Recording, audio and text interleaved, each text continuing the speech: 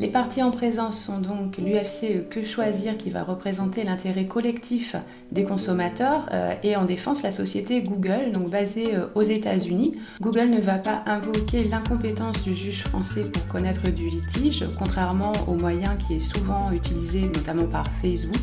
Ici, Google n'utilisera pas du tout ce moyen en défense. Les faits sont les suivants. Google fournit, en se finançant principalement par la publicité, un moteur de recherche sur Internet notamment. Elle crée en 2011 le réseau social Google+, qui permet de créer un profil, de communiquer avec des tiers, en partageant divers contenus ou informations à base de textes, d'images, le tout étant régi par des conditions d'utilisation et des règles de confidentialité. L'association UFC Que Choisir représente l'intérêt des consommateurs et prend leur défense quand elle estime des pratiques professionnelles déloyales. En l'occurrence, elle considère que de nombreuses clauses de ces conditions d'utilisation et règles de confidentialité sont illicites ou abusives en vertu du droit français, que ce soit le Code de la consommation, la loi informatique et liberté, le Code civil et le Code de la propriété intellectuelle. La procédure se déroule devant le TGI de Paris, donne lieu à ce jugement de février 2019 qui apparaît tardivement sur le site de Google en décembre 2020. En réalité, Google a été condamné à faire publier cette décision sur sa page d'accueil. On le voyait très clairement au début de cette vidéo. En réalité, antérieurement, Google avait publié la décision de manière un petit peu trop discrète avec un lien en gris qui n'était pas assez ostensible pour le public.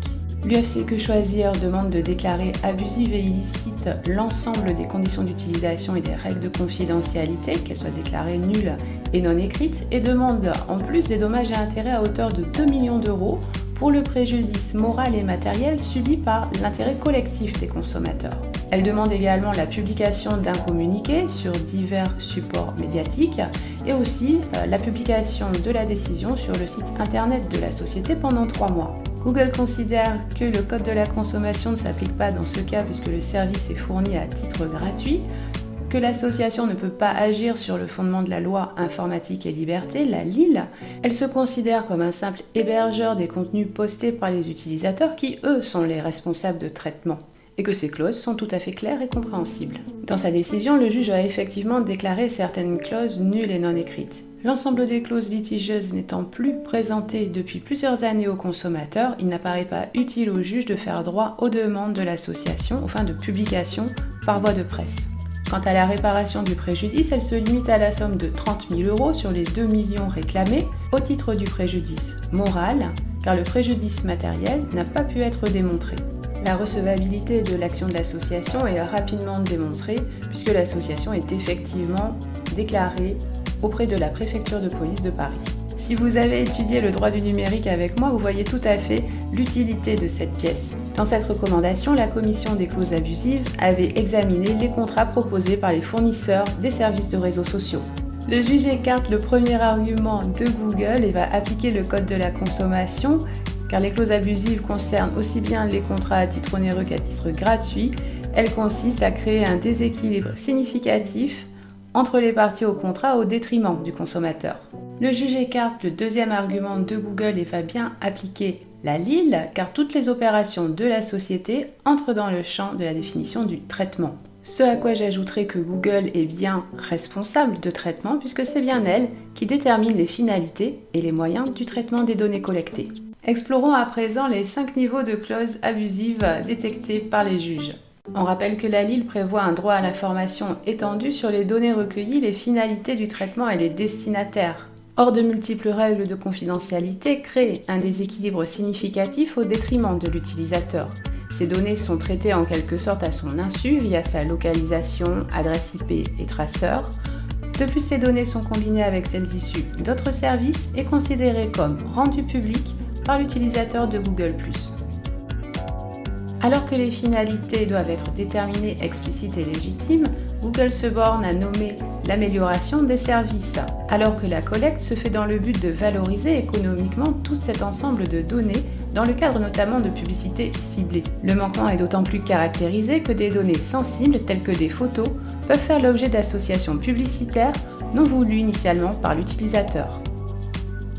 Alors que la LIL pose le principe de l'interdiction du transfert international des données sauf décision d'adéquation de la Commission européenne, la clause de Google est écartée car elle ne permet pas d'identifier les nombreux pays à travers le monde et donc les garanties présentées dans ces pays. Sont évidemment abusives les clauses de Google lui permettant de cesser de fournir le service ou de le limiter, et de limiter et écarter sa responsabilité de professionnel dans n'importe quel cas. La clause qui permet à Google de conserver à des fins commerciales légitimes les données supprimées par l'utilisateur est abusive car elle ne permet pas un libre exercice du droit d'accès et du droit de rectification garanti par la LIL.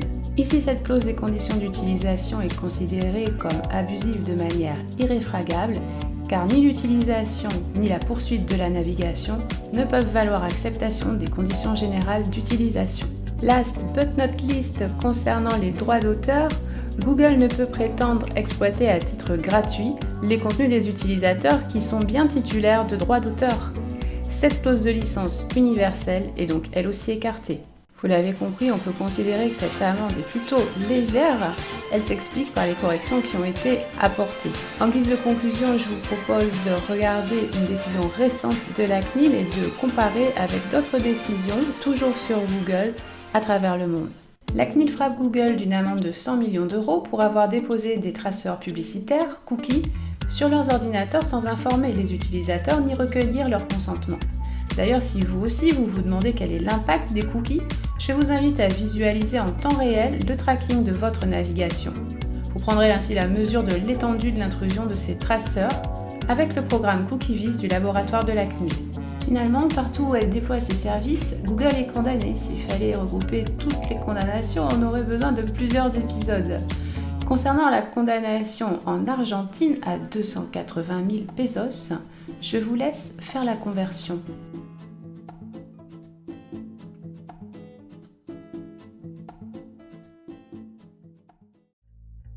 Vous l'avez compris, il faut bien prendre soin de vos CGU et politiques de confidentialité. Sur ces bonnes paroles, Jurigeek et compagnie vous dit à bientôt. 280 000 pesos, ça fait 2757 €. Incroyable.